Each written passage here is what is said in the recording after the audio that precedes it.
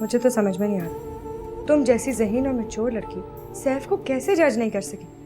हैरत है। कैसी हैरत? पहले तो तुम सैफ की खुद बड़ी तारीफें किया करती थी, और कैसे कोई किसी को 2-4 मुलाकातों में जज कर सकता है, उसके लिए तो बार बार। तुम सिर्फ अपनी बात करो एहसास। तुम उससे घंटों घंटों बात करती थी। दोस्ती और प्यार में बहुत फर्क होता है। खैर, शुक्र करो वक्त से पहले उसकी असलियत सामने आ गई। किस बात का शुक्र अदा करूं? एक उम्मीद मिली थी अपनी किस्मत बदलने की, वो भी खत्म हो गई है। मेरे साथ ही ऐसा क्यों होता है? मुझे नहीं पता था कि तुम इतनी जज्बाती निकलोगी।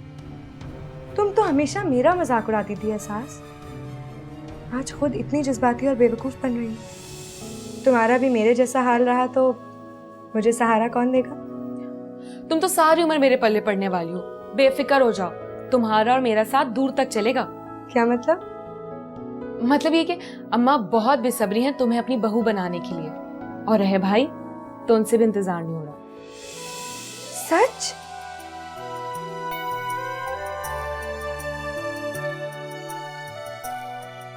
बिल्कुल सच। मगर वफा, असल में तुम्हारा इम्तिहान अब शुरू होने वाला है, जिसके लिए तुम्हें अपने पेरेंट्स के सामने इशू को उठाना पड़ेगा। हो सकता है तुम्हें उसके लिए लड़ना भी पड़े, मगर तुम बिल्कुल बेफिक्र हो जाओ, क्योंकि मैं तुम्हारे साथ हूं। बस मैं जैसा कहती जाऊं तुम उस पर अमल करती जाना।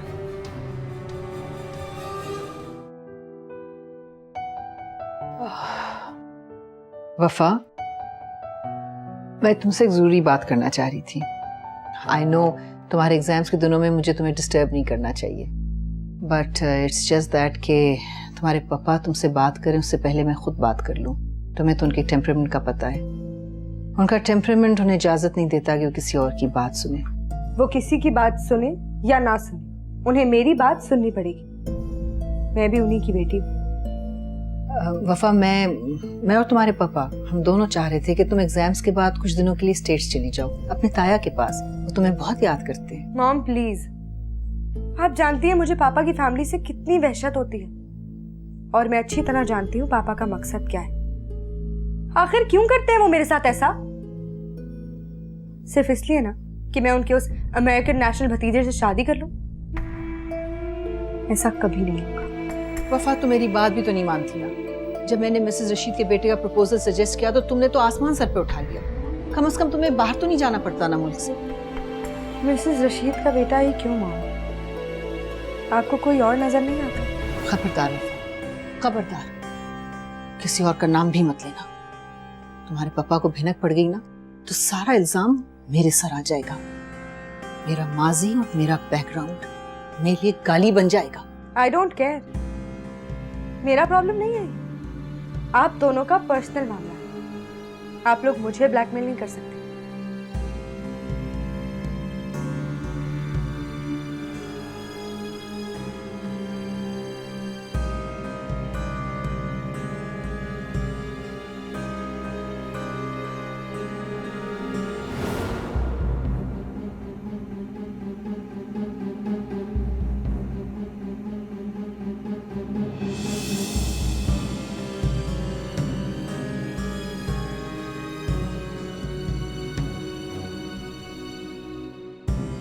आसार बहुत खतरनाक लग रहे हैं। तैमूर, अब तुम्हें मुझसे किया वादा पूरा करना होगा, इससे पहले कि पानी सर से ऊंचा हो जाए। तैमूर, मैं आपसे मिलना चाहती हूँ। मैं बहुत परेशान हूँ। अपनी जिंदगी के कुछ बहुत अहम फैसले करना चाहती हूँ। I need your support. लेकिन मेरा आपके इस फैसले से क्या था? और मेरे ख्याल में इस किस्म के फैसलों के लिए आपको अपने पेरेंट्स से कंसल्ट करना चाहिए। तो आप इस तरह मेरी बात नहीं मानेंगे? इसका मतलब मुझे दूसरा रास्ता इख्तियार करना पड़ेगा।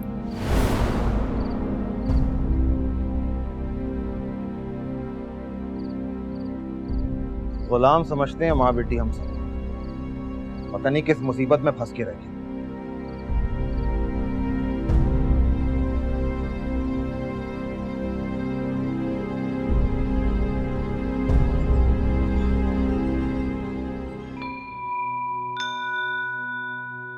अपनी सास का सुनो, उनके कदम जमीन पर टिके या नहीं?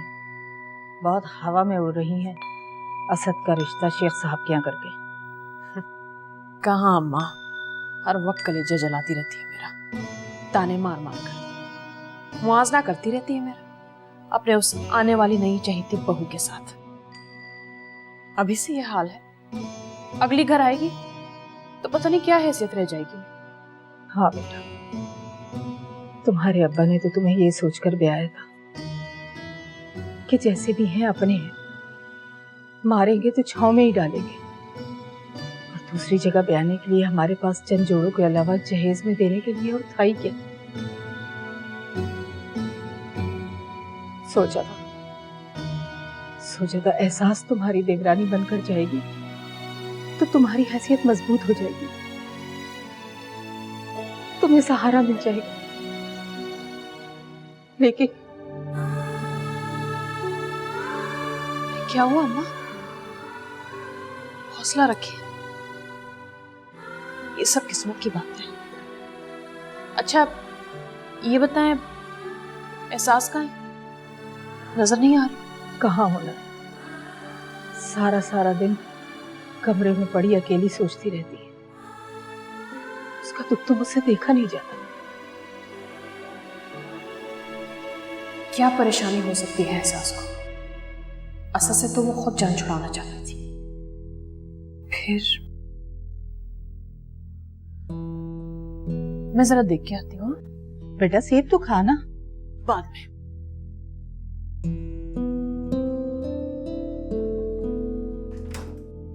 एहसास जी आप ही।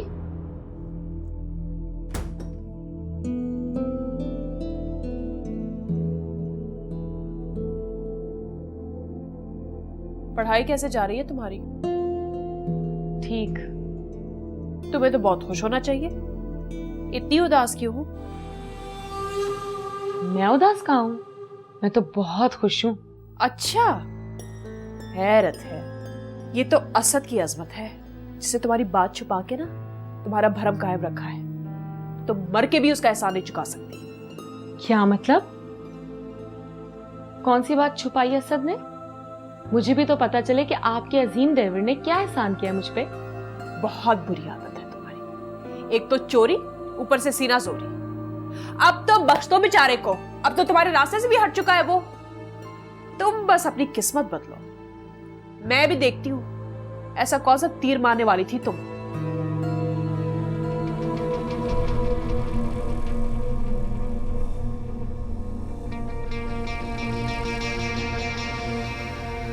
आपको दिखाने के लिए मुझे अपनी किस्मत बदलनी ही पड़ेगी। मैं हार नहीं मानूंगी।